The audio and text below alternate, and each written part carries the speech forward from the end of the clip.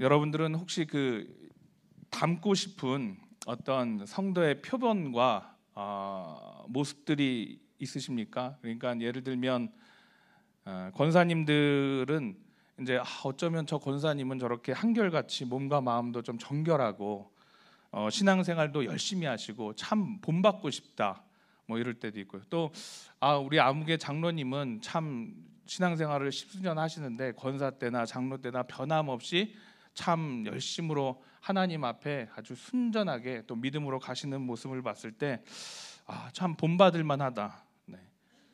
또 뭐 목사님들도 마찬가지죠. 어떤 목사님이시면 참 좋겠다. 뭐 이런 다 이렇게 표본 어떤 상들이 있을 거라고 생각이 되어집니다. 저도 다행인 거는 요즘은 목사님이라 그러면 좀 믿는 것 같아요. 제 모습을 보고 그러네요. 좀 목사님 같으세요. 어쩐지 이렇게 얘기를 많이 들어서 한 5년 10년 전만 해도 참 부족한 것 같았는데 어떤 지금까지 이렇게 지내온 시간들을 생각해 보면서 그때는 참 미숙하고 그런데 장로님 권사님들이 그때 많이 참아주셨겠구나 이제 저를 보면서 이렇게 생각되어질 때가 많이 있습니다. 우리가 신앙의 연수, 그러니까 뭐 80년, 100년까지 요즘은 다 살잖아요. 100년까지 산다고 했을 때 정말 그때까지 정말 온전한 하나님의 자녀, 또 그리스도인, 또 100% 하나님 마음에 드는 어떤 성도로 살아가는 데는 어려움이 있겠죠. 불가능하겠죠. 하지만 조금씩 우리가 신앙생활의 이 연수들을 채워나가면서 부족한 것들이 채워지고 조금 더 우리의 믿음들이 단단해지고 또 여물어져 가면은 하나님께서 그 삶을 기쁘게 받아주시고 또 그러한 그리스도의 닮은 삶을 살아가는 것이 우리의 무엇보다 본분이요 사명이 되는 줄로 믿습니다. 아멘. 그러면 저와 여러분들 가운데 그렇게 그리스도를 닮아가는 삶을 통해서 또 우리에게 무한한 기쁨과 소망과 감사와 또 축복도 더하여 주실 줄로 믿습니다. 아멘. 주님 부르시는 그날까지 그리스도의 향기 나는 존중받고 존경받고 또 하나님께 인정받는 귀한 그리스도인이 되시기를 간절히 바라고 축원합니다. 아멘. 네, 그래서 옆에 분들이랑 그리스도의 향기가 됩시다. 그러면서 향기를 좀 맡아보세요. 네, 향기를 좀 맡아보세요. 어떤 향기가 나시는지. 네. 오늘 축복 찬양대 찬양을 이렇게 들어보니까 오늘 입을 잘 맞추시더라고요. 아주 조용하게 속삭여서 이렇게 입 모양이 이렇게 잘 맞으시더라고요. 그래서 아주 좋았습니다. 예. 물론 찬양의 목소리도 좋지만 이렇게 한 마음 한 뜻으로 이렇게 집중해서 이렇게 지휘자님한테 이렇게 찬양하는 그 모습이 참 아름답더라고요. 네. 네. 뭐 바라는 건 없어요. 네. 예수님이 부활하시고 이제 승천하신 다음에 제자들에게 이제 복음을 전하시면서 수많은 하나님의 어떤 기적과 섭리를 통해서 많은 사람들이 주께로 돌아오게 됩니다. 그 과정에 스데반 집사의 어떤 순교도 있었고 사도 바울의 회심도 있었고 어떤 박해와 어려움 속에서 많은 일들이 있었지만 그럼에도 불구하고 이 초대 사도행전을 보면 초대교회 많은 교회가 성장하고 또 복음 사역이 폭발적으로 아주 전해지게 되는 것을 보게 됩니다. 오늘 본문에는 여전히 이 예수 그리스도를 믿는 사람들의 박해가 아주 심할 때였어요. 그래서 11장 19절을 다시 한번 보시면 함께 읽어볼까요? 11장 19절 사도행전 시작. 그때 스데반의 일로 일어난 환란으로 말미암아 흔들린 자들이 베니게와 그브로와 안디옥까지 이르러 유대인에게만 말씀을 전하는데 아멘. 스데반 집사의 순교로 말미암아 그걸 기점으로 박해를 피해서 많은 성도들이 어때요? 흩어짐을 당하게 됩니다. 제가 지도를 좀 늦게 보냈는데 혹시 되나요? 지도가 되나요? 안 되나요? 이 어디까지 흩어지냐면 베니게, 구브로, 안디옥까지 곳곳으로 이 성도들이 다 흩어짐을 당하게 됩니다. 여기 보이나요? 제가 지금 핸드폰을 해갖고 그죠? 저쪽 수리아 지역 안디옥이 두 개가 있어요. 네, 오른쪽에 수리아 지역, 예루살렘 위에 그죠? 그 다음에 구브로 섬이죠. 그 다음에 베니게는 어디냐면 예루살렘과 안디옥 사이예요. 그래서 오른쪽에 이쪽 편에 보시는 오른편 맞죠? 오른편에 예루살렘과 안디옥 사이에 베니게, 안디옥, 구브로까지 이렇게 이어지면 삼각형이거든요. 거기까지 이 사람들이 흩어짐을 당하게 돼요. 그런데 이 사람들이 그렇게 쫓겨갔음에도 불구하고 여전히 여기는 가슴이 뜨거운 거예요. 그래서 이 사람들이 복음을 전하기 시작합니다. 근데 모르는 사람한테 복음을 전하면 어려우니까 이렇게 박해를 피해서 흩어짐을 당하는 사람들 중에 그래도 유대인들, 좀 복음을 들어본 사람들에게 그리스도를 전하기 시작합니다.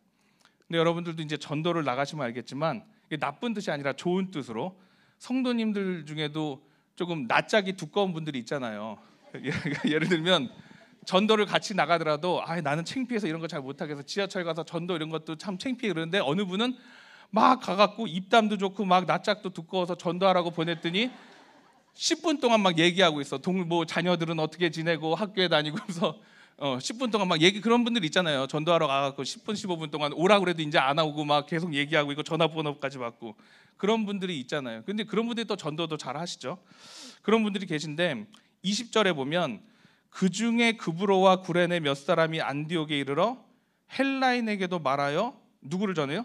주 예수를 전파하니 그런 거예요. 그러니까 굳이 피난 와서, 그러니까 박해를 피해서 도망까지 왔는데 뭘 전해요? 복음을 전한 거예요. 예수님을 전하는 거예요. 그러니까 같은 민족에게 복음을 전하면 되는데 그런 분들은 여기까지 왔으니까 유대인들뿐만 아니라 저기 멀리서 이방에서 온 사람들한테도 복음을 전해야 돼. 이러면서 막 사방팔방에 이 복음을 전하는 거예요. 근데 헬라파 유대인들에게까지도 이제 복음을 전하는데 특별히 뭘 전해요? 주 예수를 전파하니 그래요. 그러니까 이분들이 복음을 전할 때 어떤 막 조직 신학적인 어떤 T성경 대학에 막 배워갖고 막 우리가 예수님의 사람 이런 걸 배워갖고 막 어떤 신학적인 용어를 가지고 가르치는 것이 아니라 그냥 예수님 믿으면 너무 좋아요. 내가 믿어봤더니 정말 삶이 바뀌어 막 이러면서 예수님을 그냥 전달하는 거예요. 내가 그동안 경험하고 신앙생활했던 예수님을 전하기 시작하는 거예요. 당신도 예수님 믿으면 병이 고쳐지고 그 질병이 있었는데 나도 똑같은 병이 있었는데 예수님 믿었더니 고쳐졌더라. 자녀들이 잘 됐더라. 사업도 축복해 준. 그러니까 하여튼 미주알 고주알 하면서 내가 경험하고 있던 주 예수를 전파하기 시작한 거예요. 그런데 21절 함께 읽습니다. 시작. 주의 손이 그들과 함께 하심에 수많은 사람들이 믿고 주께 돌아오더라. 아멘.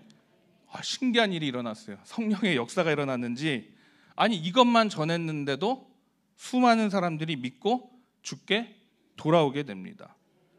이 소식이 본토인 예루살렘 교회까지 퍼지게 돼요. 그러니까 막 난리가 난 거예요. 저희 부산 가봐라. 난리가 났다. 막 사람들이 막 뒤집어지고 막 이렇게 하는 거예요. 그러니까 막 복음을 전해서 막 동네가 발칵 뒤집히고 교회까지 막 예루살렘 교회 본토까지 소식이 들리니까 안 되겠다. 저기에 바나바 사도를 투입하자 이제 이런 거죠. 그래서 바나바 사도가 예루살렘부터 이제 거기 안디옥까지 이제 올라가기 시작합니다. 24절에 보니까 한번 읽어볼까요? 바나바는 어떤 사람인지. 자, 시작.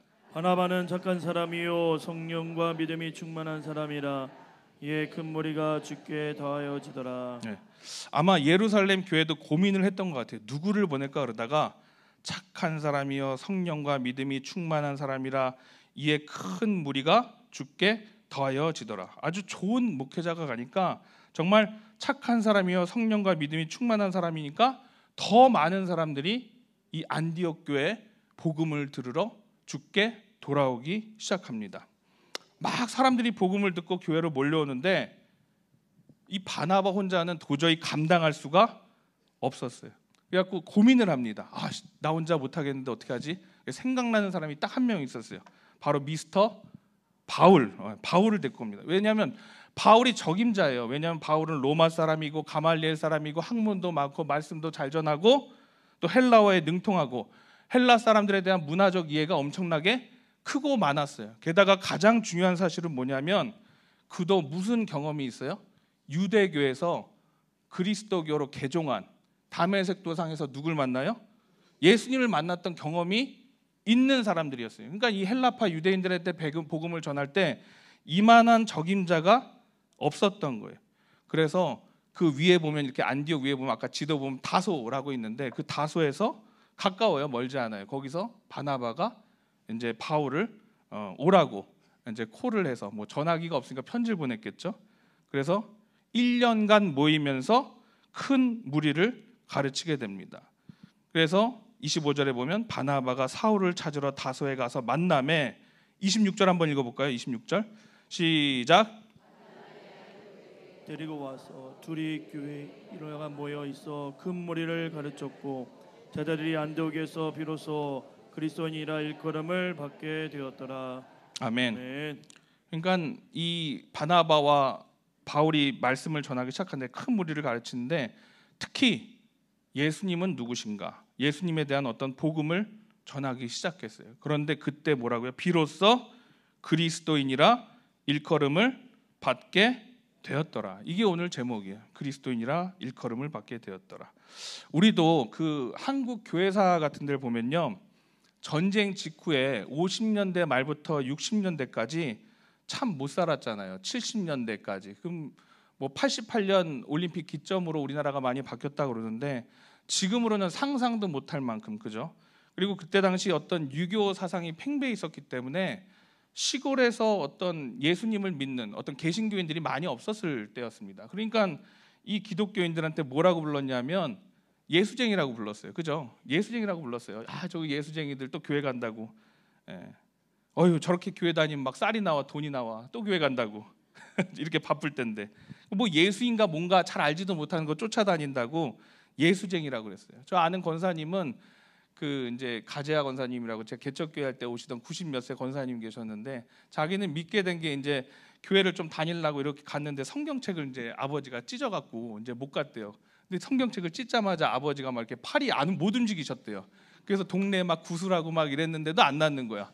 그러다가 갑자기 목사님 이제 데리고 와서 목사님을 모시고 가고 이제 기도하고 예배하고 다 치워버리고 막 그 부적 같은 거 띄워버리고 그랬더니 팔이 나와서 교회 나가라. 그때부터. 그래도 아버지는 안 다니셨대요. 네, 마지막에는 믿겠다고 하셨지만 안 다니셨다 그러더라고요. 그러니까 그런 어떤 옛날에 시골의 역사들이 많이 일어났잖아요. 근데 그때 당시에 예수쟁이라고 이제 말을 많이 했다는 거죠. 근데 처음에는 이게 조롱하고 멸시하고 어떤 경멸의 대상이었지만 점점점 이게 70년대, 80년대로 교회가 성장하면서 존중하고 기대하고 어떤 존경하게 되는 명칭으로 바뀌게 됩니다. 그러니까 예수쟁이들 저렇게 미친 듯이 예수님 믿고 살아도 교회 댕겨도 야, 삶이 진짜더라. 저 사람들 정말 열정이 있고 거짓말하지 않고 선하게 살려고 하고 노력하고 믿을 만한 사람들이구나. 그 마을에서도 이제 신뢰와 어떤 존경을 받게 되는 거죠. 야, 뭐래도 긍정적이더라. 저렇게 힘든데도 기쁘게 살더라. 찬양하더라. 무엇이 기쁜데 저기는 저럴까. 나도 한번 교회 나가봐야 되겠다. 소망으로 사는 사람들을 예수쟁이라고 불렀습니다. 그러니까 나도 한번 교회 나가볼까. 그래서 많이 이제 나오게 됐었죠. 이 영국 사회도 마찬가지인데 존 웨슬리, 요한 웨슬리 목사님도 찰스 웨슬리, 그죠? 동생 목사님이랑 늘 모였다는 거예요. 눈이 오나 비가 오나 바람이 부나 주구장창 모여갖고 홀리클럽, 그죠? 지금의 어떤 속회의 전신이라고도 볼 수 있는데 거기에 기도하고 말씀 보는 어떤 큐티 공부하는 모임이 있었잖아요. 오죽하면 쟤네들 또 저러고 있다고, 또 저렇게 모여갖고 찬송하고 또 말씀 보고 있다고. 그래서 감리교가 영어로 뭐냐면 메소디스트 그래요. 그러니까 메소드가 영어로 방법이란 뜻이거든요. 그러니까 메소디스트 철치, 그죠? 감리교회. 그게 무슨 뜻이냐면 규칙적인, 규범적인 뜻이 있어요. 그러니까 맨날 눈이 오나 비가 오나 규칙적으로 규범적으로 모이는 거예요. 그러니까 놀린 거예요. 사실은 처음에 아유 저 규칙쟁이들, 저 규범적이들 저렇게 한다고 뭐 신앙이 바뀌어, 삶이 바뀌어? 또 모였네. 눈이 오나 비가 오나 또 찬양하고 또 말씀 보내. 규범적인, 규칙적인, 이게 우리 감리교회예요. 지금 메소디스트. 그러다가 은혜 받고 회심하고 성령의 역사가 일어나게 된 줄로 믿습니다. 그러니까 처음에는 조롱거리 멸시 천대받았지만 나중에 이게 자랑이 되었다고요. 우리 숭익교회도 마찬가지네. 의를 숭상하는 교회, 맞죠? 숭익교회. 처음에는 숭익교회 뭐 믿을 때는 100년 전으로 거슬러 올라가면 손가락질 받았을 수도 있어요. 그런데 얼마나 이 선한 영향력을 끼쳤으면 동네 이름이 교회 이름을 본때요. 저는 그런 걸 본 적이 없어요. 그러니까 엄청나게 큰 영향력을 이 동네와 인천에 끼쳤겠죠. 웨슬리 박사님 중에 감리교 목사님 중에 김진두 목사님이라고 했는데 영등포 중앙교회 목사님이셨고 감리교 신학대학교 총장까지 하셨어요. 그분이 이제 웨슬리 박사로 공부하러 영국에 갔는데 차를 사야 되는데 당시 한 300만 원 정도가 모자르다는 거예요. 그 당시는 이제 큰 돈이죠. 근데 차가 너무 막 좋아서 사고 싶은 거예요. 그래서 막 얘기를 계속 길게 끌고 나가는데 이야기를 나누던 중에 내가 감리교 목사라는 걸 좀 밝히게 됩니다. 그랬더니 이 사람이 듣더니 자기도 감리교인이라는 거예요. 우리 할아버지 때부터 감리교인인데 안 되겠다고, 목사님 모셔야 되겠다고 해서 갑자기 집으로 모시더니 막 차를 대접하고 간식을 대접하는 거예요. 그러면서 한참을 얘기하고 헤어질 때 그냥 이렇게 차 키를 주더라는 거예요. 목사님 그냥 타고 가시라고. 나는 목사님을 믿는다고 이렇게 엄지를 보면서. 그러니까 이 목사님이 고민을 한 거예요. 김진두 목사님이. 그럼 돈을 갚으라는 거야, 말라는 거야. 300만 원을. 고민이 되는 거예요. 그래도 어떻게 해요? 그냥 믿는다고 이렇게 엄지를 치켜 세웠으니까 집에 가서 한 보름 있다가 있는 돈 없는 돈 다 끌어갖고 그때 당시 이제 300만 원을 찾아갖고 이제 그 사람한테 줬대요. 그랬더니 이제 격하게 허구하고 내가 이럴 줄 알았다고. 역시 감리교인들은 다르다고. 안 갖다 줬으면 큰일 날 뻔했죠. 그래갖고 이제 그렇게 감리교인을 믿었던 일화를 하는데 그때 당시에는 교회마다 종을 쳤다고 그래요. 우리도 이제 종 치잖아요. 지금 12시, 6시면 되고 종 치고 옛날에 종을 많이 쳤습니다. 그죠? 그러니까 새벽 종소리가 들릴 때면 요란하죠. 이게 뭐 예전에 종들이 뭐 그렇게 이쁜 소리들이 났겠어요. 물론 이쁘게 종을 잘 만들면 소리가 나겠지만 근데 그 소리를 아름다운 소리로 받아들이고 또 불평하는 사람 없이 오히려 교회 종소리가 들리면 멈춰서 기도하고 그랬던 상황들이 영국 사회나 우리도 있었단 말이에요. 당시 영국에서는 그리스도인들이라면 감리교인이라면 담보 없이 대출도 해줬다고 합니다. 그러니까 얼마나 이 기독교인들, 그리스도인들에 대한 개신교인들에 대한 인식이 얼마나 좋았겠어요. 우리도 그랬잖아요. 야 나는 교회 안 다녀도 우리 자식들은 교회 보내야 되겠다. 저 예전에 교회 학교 다닐 때 그런 이야기들을 많이 들었어요. 근데 지금은 많이 바뀐 것 같아요. 좀 안 좋아진 쪽으로. 사실 세상 사람들이 안 보는 것 같아도 믿던 안 믿던 이 우리를 교회 다니는 사람들을 아주 주의 깊게 봅니다. 그걸 제가 언제 느꼈냐면 동네에서 개척교회를 딱 가서 떡을 돌리고 인사를 하러 갔는데 그렇지 않아도 보고 있었다는 거예요. 웬 젊은 전도사님 목사님이 와갖고 교회 떡을 돌리고 막 왜 우리 집은 안 주나 이러면서 이틀에 걸쳐서 돌리거든요. 이제 하루 못해. 그렇게 했는데 왜 안 주나 물으면서 다 보더라고요. 뭐 간판이 좀 바뀌고 뭐 누가 이렇게 이삿짐을 옮기고 그러니까 저 교회에 누가 왔나 보구나. 그 떡 준 집이 어디냐면 앞에 호프집이었어요. 근데도 다 본다는 얘기예요. 그러니까 우리의 모습 속에서 이분들이 본인은 교회에 나가지 못하지만 교회에 사는 사람들, 교회에 어떤 다니는 사람들은 어떻게 살고 있는 건가 주의 깊게 바라봅니다. 그러니까 우리의 모습 속에서 사실은 예수 그리스도의 모습을 찾기를 원하는 사람들이 있더라는 거예요. 그러면 우리는 어떻게 살아야 되는가? 물론 좋은 성도가 되는 것도 중요하지만 오늘 이 말씀에 보면 본연의 자세, 정말 우리의 사명은 무엇이냐면 예수쟁이 그리스도인으로 살아야 될 줄로 믿습니다. 무엇이 그리스도인인가? 사실은 오늘 여기까지 설교를 하고 끝낼까 했는데 무엇이 그리스도인인가를 좀 설명해야 될 것 같아서 좀 내용이 어려울 수도 있지만 여러분들이 잘 들어주시고 또 나와 예수 그리스도인에 대해서 좀 재정립하는 시간이 되시길 바랍니다. 제가 화장실을 못 가서 빨리 해야 될 것 같아요. 사도 바울이 다메섹에서 예수님을 인격적으로 경험을 하고 그러니까 그게 AD 32년경이에요. 그 다음에 14년이 지난 32에서 14년이 지나면 언제인 것 같으세요? 46. AD 46. 목사님이 얘기 안 했으면 한참 걸릴 뻔했는데 AD 46년 그때 다소에서 지금 있는 이 본문 안디옥으로 바나바의 부름을 받고 안디옥 교회 같이 이제 전도를 하게 되는 상황이죠. 그리고 나서 57년까지 약 11년간을 3번에 걸쳐서 전도 여행을 가게 됩니다. 막 각지에 가요. 아까 지도 보시면 그게 각지에 가는 게 뭐 안디옥, 구브로, 갈라디아, 루스드라, 더베, 뭐 에베소, 드로아, 마게도냐, 빌립보, 데살로니가 이거 조사한 사람들이요. 야 이걸 11년에 걸쳐서 이렇게 전도여행 3번을 걸쳐서 이 지역을 다 돌아다닐 수 있어? 라고 할 정도로 뭐 아가야, 고린도, 갱그리아까지 수많은 지역들을 이 사도 바울이 복음을 전하기 위해서 열정적으로 다니게 됩니다. 그러다가 누명을 쓰고 옥살이를 해요. 그리고 총 4년 중에 2년을 로마에서 옥살이를 하던 중에 이제 편지를 받게 되는데 그 중에 골로새 교회로부터 편지를 딱 받게 돼요. 한 가지 소식을 듣는데 좀 처참한 슬픈 소식이에요. 뭐냐면 이 골로새 교회 거짓 교사들이 남입해서 성도들을 미혹하고 가르침을 왜곡하고 진리를 어그러뜨린다는 거예요. 그래서 지금 교회가 혼란스럽고 심각한 위기에 직면해 있다는 소식을 듣게 됩니다. 그러니까 이 골로새 교회는 사실 사도 바울이 직접 세운 교회가 아니에요. 전도 여행을 다 가면서 사도 바울이 세운 교회는 8곳에서 한 10곳 정도밖에 안 됩니다. 직접 세운 교회는. 복음을 전하던 중에 에바브로라고 하는 사람이 사도 바울에게 복음을 듣고 아마 고향 땅으로 가서 세운 교회인 것 같아요. 그래서 이 골로새 교회인데, 그런데 이 골로새 교회가 한 5년에서 6년밖에 되지 않은 신생교회예요. 그러다 보니까 거짓 교사들이 유대인들인데 이 율법 말씀에 대해서 잘 아니까 이 사람들이 하는 얘기를 속수무책으로 다 듣고 반박을 할 수가 없는 거예요. 예를 들면 그때 저희 주일날 오후에 신천지들이 왔잖아요. 신천지들이 온 게 아니라 신천지 그 얘기하는 목사님들, 그죠?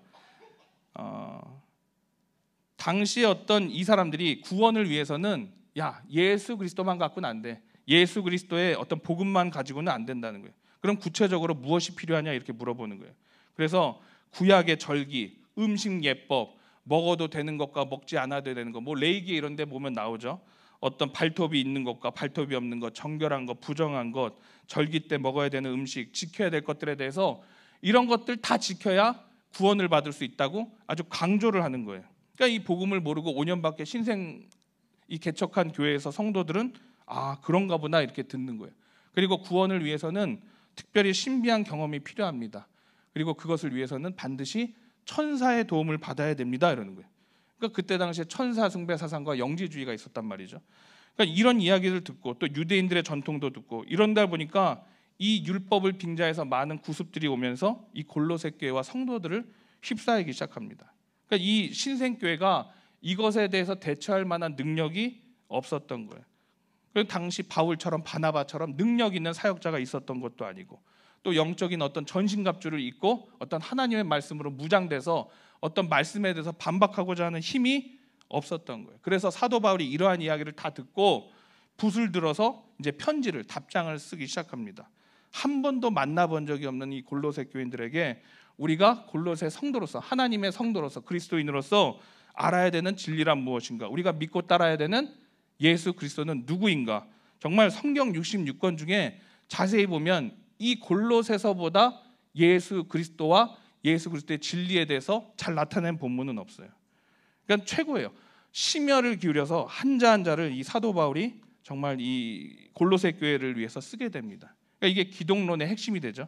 그래서 교회는 두 가지를 가지고 지탱합니다. 기독론과 교회론, 조직신학적으로요. 기독론은 뭐냐면 예수 그리스도란 누구인가, 무엇인가, 어떻게 소개돼야 되는가, 여러분들이 믿는 예수 그리스도는 누구예요? 그게 기독론이에요. 그 다음에 교회론은 그러면 우리가 믿는 예수 그리스도를 믿는 공동체는 어떠한 믿음의 공동체인가, 이게 교회론이에요. 이 두 가지가 교회를 지탱합니다. 그런데 예수님은 누구인가, 사도 바울이 이 골로새서를 통해서 그분을 이렇게 소개하기 시작해요. 골로새서 1장 15절을 보시면 나오나요? 골로새 1장 15절. 네, 함께 읽어볼까요? 시작. 그는 보이지 아니하는 하나님의 형상이시요 모든 피조물보다 완전하신 이시니. 아멘. 끝인가요? 네. 만물이 그에게서 창조되되 하늘과 땅에서 보이는 것들과 보이지 않는 것들과 혹은 왕권들이나 주권자들이나 통치자들이나 권세들이나 만물이 다 그로 말미암아 그를 위하여 창조되었고 또한 그가 만물보다 먼저 계시고 만물이 그 안에 함께 섰느니라 그래요. 그러니까 이게요, 신약 성서가 나오기 전인데 어떻게 구약 말씀만 가지고 이 예수 그리스도를 이렇게 잘 표현한 것인가? 대단해요. 처음 믿었던 이 골로새 교인들은 궁금한 게 너무 많은 거예요. 하나님은 누구신가? 왜 하나님의 아들인 예수 그리스도가 이 땅에 와면 되는가? 왜 십자가에 못 박혀서 죽으셔야만 되는가? 그토록 얘기하던 구약의 율법과 제사와 음식법은 무엇인가? 왜 정결의식을 지켜야 되는가? 왜 안식일을 지키고 안식 후 첫날에 모이고 왜 회당에서 안 모이고 우리는 교회에서 모여야만 되는가? 이게 초신자들이 궁금한 게 너무 많은데 교회가 엄숙하고 거룩하고 좀 이게 직접적으로 물어보기 어렵다 보니까 이게 안 물어보고 넘어갔던 거예요. 그런데 거두절미하고 바울이 예수 그리스도란 누구인가, 예수 그리스도란 무엇인가에 대해서, 그 진리에 대해서 이야기를 해주는 거예요. 첫째는 뭐냐면 예수님은 보이지 않는 형상이라는 거예요. 볼 수도 없고 만질 수도 없어요. 시간과 공간을 초월하시고 누구도 다가갈 수 없고 예수님은 보이지 않는 하나님의 형상이다. 그리고 높이 계신 분이시다. 그런 그분이 하나님이 예수 그리스도로 이 땅에 내려오셔서 이제는 우리가 볼 수도 있고 들을 수도 있고 다가갈 수도 있고 만질 수 있는 분으로 이 땅 가운데 오셨다. 그분은 우리를 사랑하여 주셔서 초월적 시간과 공간의 제약을 뛰어넘으시고 이제는 우리 곁으로 오셔서 우리가 어떻게 살아가야 되는지 생생하게 우리의 삶을 통해서 증거하시고 나타내셨다는 거예요. 그래서 이 골로새서를 보면 흑암의 권세에서 우리를 건져내시고 사랑의 아들의 나라로 옮겨주시고 주님의 십자가 죽으심으로 말미암아 우리가 대속자가 되고 죄사함을 얻어서 거룩한 백성으로 그분을 찬양할 수 있게 되었다라고 고백하고 있습니다. 아버지께서는 모든 충만으로 예수 안에 거하셔서 하나님과 우리 사이를 잇는 모든 필요한 것들을 합당한 것들을 다 갖추셨다 그래요. 그러니까 예수 그리스도로 말미암아 하나님이 다 설명이 되어지는 거예요. 어떤 능력과 존귀와 아름다움과 기쁨과 소망이 다 예수 그리스도 안에 있더라. 그동안은 우리가 하나님을 통해서 듣긴 들었어요. 제사장 선지자를 통해서 말씀을 들었지만 그동안은 볼 수도 없고 만질 수도 없고 느낄 수도 없고 어떻게 내가 경험할 수도 없는 그것을 예수 그리스도를 통해서 이제는 보고 듣고 만지고 가질 수 있도록 주님의 형상으로 하나님의 형상을 닮은 예수 그리스도로 이 땅 가운데 오신 줄로 믿습니다. 두 번째는 만물이 다 그로 말미암아 창조되었다라는 거예요. 그래서 이 이제 헬라어에 보면 전치사 n이라고 그러는데 그 안에서 그분 안에서 창조되었다라고 하는 게 맞아요. 그러니까 하늘과 땅과 바다의 모든 생물들과 왕권과 주권과 통치자들과 권세들까지 바다의 깊은 곳과 우주의 넓은 곳까지 보이지 않는 미생물들까지 해와 달과 별들까지 다 그리스도 안에서 창조되었다는 거예요. 여러분 우리가 우주의 끝을 알 수 있습니까? 나사에서 우주에 대해서 연구를 했는데 이게 우주에 대해서 이렇게 연구를 막 하다 보니까 우주가 좀 더 넓어져 있어요. 그래서 그 넓은 우주에 대해서 또 연구하다 보니까 시간이 가니까 어떻게 돼요? 우주가 또 넓어져 있어요. 끝을 알 수 없다는 거예요. 그 넓이를 가늠할 수가 없다. 바다도 몇 마리가 된다 그러는데 그 깊은 바다 속에 가본 적이 있어요? 없잖아요. 그 깊은 바닷속 끝까지 가면 무엇이 살고 있는지도 모른다는 거예요. 그러니까 우리가 살고 있는 이 지구와 우주가 얼마나 크고 깊고 넓은지를 모르는 거예요. 근데 그 측량할 수 없는 모든 만물이 예수 그리스도를 통해서 태초 전부터 창조되었더라. 그래서 뭐라고 그러냐면 그분은 광대하시고 깊으시고 모든 권력과 권세를 가지시고 통치하시는 분. 예외 없이 그 누구도 어떤 것도 예수 그리스도를 벗어날 수 없더라라고 고백된 줄로 믿습니다. 그래서 이사야서에 보면 누가 손바닥으로 바닷물을 헤아렸으며 뺨으로 하늘을 쟀으며 땅의 티끌을 도로 담아두었으며 접시 저울로 산들을 막대 저울로 언덕들을 달아보았으랴. 누가 여호와의 영을 지도하였으며 모사가 되어 그를 가르쳤나. 보라, 열방이 통에 한 방울 물과 같고 저울의 작은 티끌과도 같으며 섬들은 떠오르는 먼지 같으리니 그의 앞에는 모든 열방이 아무것도 아니라 그는 그들을 없는 것 같이 빈 것 같이 여기시느니라. 아멘. 그러니까 예수님은 단순히 우리의 친구가 되시고 좋고 뭐 좋은 분 정도가 아니라 정말 태초에 하나님과 함께 계셨고 만물이 그로 말미암아 지은 바 되었으니 지은 것이 하나도 그가 없이는 된 것이 없느니라. 그래서 저와 여러분들이 참 소중한 존재가 되는 것은 나도 아무런 의미가 없고 아무것도 아니에요라고 하는 게 아니라 어떤 예수 그리스도 안에서 어떤 창조의 질서와 섭리 안에서 모든 계획 안에서 지어졌다는 거예요. 그러면 얼마나 여러분들 한 사람 한 사람이 소중하고 계획되고 특별한 존재로 우리를 지으시고 만드셨겠어요. 게다가 누구를 닮았다고요?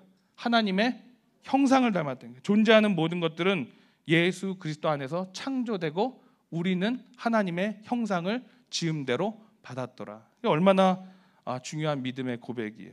그리고 마지막 세 번째는 마지막 그는 몸인 교회의 머리시라. 그는 근본이시여 죽은 자들 가운데 먼저 나시니 천하 만물의 으뜸이 되려 하시며. 그러니까 교회의 모든 통치와 결정은 예수 그리스도 그분이 주인이요 왕이 되심을 믿습니다. 그러니까 교회 안에는 예수 그리스도면 충분하다는 거예요. 어떤 권력자나 사상과 정치 세력도 있어서는 안 되고 오직 예수 그리스도만이 이 교회를 다스리시고 예수 그리스도 한 분이시면 어떤 것도 필요치 않다라는 거예요. 뭐 정결 예식이나 예법이나 예수 그리스도가 중요하다. 이게 사도 바울의 핵심이었어요. 그래서 골로새서 2장 2절부터 3절을 보시면 한번 볼까요? 함께 읽겠습니다. 시작. 이는 그들로 마음의 위안을 받고 사랑 안에서 연합하여 확실한 이의 모든 풍성함과 하나님의 비밀인 그리스도를 깨닫게 하려 함이니 그 안에는 지혜와 지식이 모두 감춰져 있느니라. 아멘. 모든 지혜와 지식의 보화가 감추어져 있느니라. 그때 당시에 로마의 영향을 받아서 어떤 많은 사람들이 지혜와 지식을 숭상하지 않았겠습니까? 그 지혜와 지식을 찾으려고 하여튼 수많은 문헌과 책을 봤다고. 여러분들 지혜와 지식 어디서 찾으세요? 유튜브. 유튜브 보시면 오만 거 다 나오잖아요. 근데 태초에 말씀이 계시니라. 만물이 다 그에게 있더라. 시간과 공간을 초월하시고 이성과 숫자를 뛰어넘으신 분, 그분의 영광과 진리와 은혜가 충만하더라. 믿으십니까? 아멘. 그때 당시에 2000년 전에 이 문헌들을 이렇게 살펴봤더니 가장 사람들이 많이 생각하는 관심사가 뭐였냐면 생명에 대한 거였어요. 생명은 어떻게 얻는가? 어떻게 구원을 얻는가? 뭐 이런 거였어요. 이 바울 시대에도 골로새 교회와 어떤 영생과 생명에 대해서 관심이 많았기 때문에 반대로 이 영생과 생명에 대해서 장난치는 사람들도 많이 있어요. 야, 생명은 말이지 어떻게 가질 수 있는지 알아? 어떻게 영생을 소유할 수 있는지 내가 한번 알려줄까? 어떤 신비한 능력과 체험이 있어야만 되고, 또 때로는 돌을 닦아야 되고, 기도를 몇 번 해야 되고, 헌금을 내야 되고, 서원해야 되고, 어떤 종교적 행위를 통해서 이 생명을 얻는다라고, 소위 구원이 있다라고 얘기하는 거짓 선지자들도 있었어요. 그럼 무엇에 구원과 영생과 소망이 있겠어요? 요한복음 1장 2절부터 4절을 보시면 함께 읽어볼까요? 시작. 그가 태초에 하나님과 함께 계셨고 만물이 그로 말미암아 지은 바 되었으니 하나도 그가 없이는 된 것이 없느니라. 그 안에 생명이 있었으니 이 생명은 사람들의 빛이라. 아멘. 생명이 어디 있다고요? 그 안에, 예수 그리스도 안에 있다는 거예요. 컵이 있었으면 좋겠는데 여러분 물을 제가 이렇게 따라드리면 여러분 물 받을 수 있어요? 받긴 받죠 이렇게. 근데 다 어떻게 돼요? 흘러내리죠. 컵을 이 물을 잘 받으려면 어떻게 돼요? 뭐가 있으면 돼요? 컵이 있으면 돼요. 컵이 텀블러. 그러니까 시원하게 보존하고 이렇게 마시려면 컵이 있으면 되는 거죠. 그러니까 생명이 어디 있느냐? 예수 그리스도 안에 있다는 거예요. 그러니까 예수 그리스도 만물이 다 그 안에 있느니라. 그가 없이는 된 것이 없느니라. 그 안에 생명이 있었으니 이 생명은 사람들의 빛이라. 예수님이 우리의 생명이 되시는 줄로 믿습니다. 예수님 안에 우리에게 필요한 모든 것이 다 있더라는 거예요. 소망과 기쁨과 감사와 의식자와. 그래서 영접하는 자 곧 그 이름을 믿는 자들에게는 하나님의 자녀가 되는 권세를 주었으니 그러므로 내가 너에게 이르노니 목숨을 위하여 무엇을 먹을까 마실까 입을까 염려하지 말라. 이는 다 이방인들이 구하는 것들이라. 너희 하늘아버지께서 이 모든 것이 너희에게 있어야 할 줄을 아시느니라. 그런즉 너희는 먼저 그의 나라와 그의 일을 구하라. 그리하면 이 모든 것을 너희에게 더하시리라. 이게 믿음의 고백이 되는 줄로 믿습니다. 그러니까 유대인들은 고린도에서 보면 표적을 구하고 헬라인은 지혜를 찾고 우리는 십자가에 못 박힌 그리스도를 전하니 유대인들에게는 꺼려지는 것이요 이방인들에게는 미련한 것이로되 오직 부르심을 받은 우리들에게는 유대인이나 헬라인이나 그리스도인은 하나님의 능력이요 하나님의 지혜가 됨이라. 오늘 우리가 소유한 그 그리스도는 정말 보화와도 같은, 정말 생명과도 같은 값지고 또 가치가 있는 것인 줄로 믿습니다. 그 그리스도를 전하고 담고 따르고 나타내고 드러나고 전파해서 정말 하나님의 거룩한 성도여 자녀답게 살아가시는 저와 여러분들이 되시기를 간절히 바라고 축원하겠습니다. 아멘. 기도하시겠습니다. 보이지 않는 하나님의 형상이시여 모든 피조물들보다 먼저 나신 만물의 주재자 근원이여 우리의 주권자 통치자 교회의 머리가 되시는 하나님 아버지, 오늘 주님만이 나의 생명이시여 모든 만물의 주인이 되심을 믿음으로 고백합니다. 아멘. 우리를 흑암의 권세에서 건져내시고 사랑의 아들의 나라로 우리를 옮겨주시고 십자가 예수 보혈의 피로 우리를 깨끗하게 하여 주셨사오니 이제는 하나님의 자녀가 되는 권세를 가지고 이제는 거룩한 백성 왕같은 제사장 하나님의 형상을 닮은 특별한 자녀로 살아갈 수 있도록 주여 인도하여 주시옵소서. 아멘. 우리의 삶을 통해 주님의 뜻이 이 땅에 이루어지고 선포되기를 원합니다. 주님의 이름이 영화롭고 찬양받기 합당한 모든 영광 올려드리는 우리의 거룩하고 축복된 삶이 될 수 있도록 도와주시옵소서. 아멘. 하나님의 진정한 자녀여 그리스도인으로 살아가는 우리 모두가 될 수 있도록 주님 인도하여 주시옵소서. 모든 말씀 예수님의 이름으로 간절히 기도하옵나이다. 아멘. 아멘.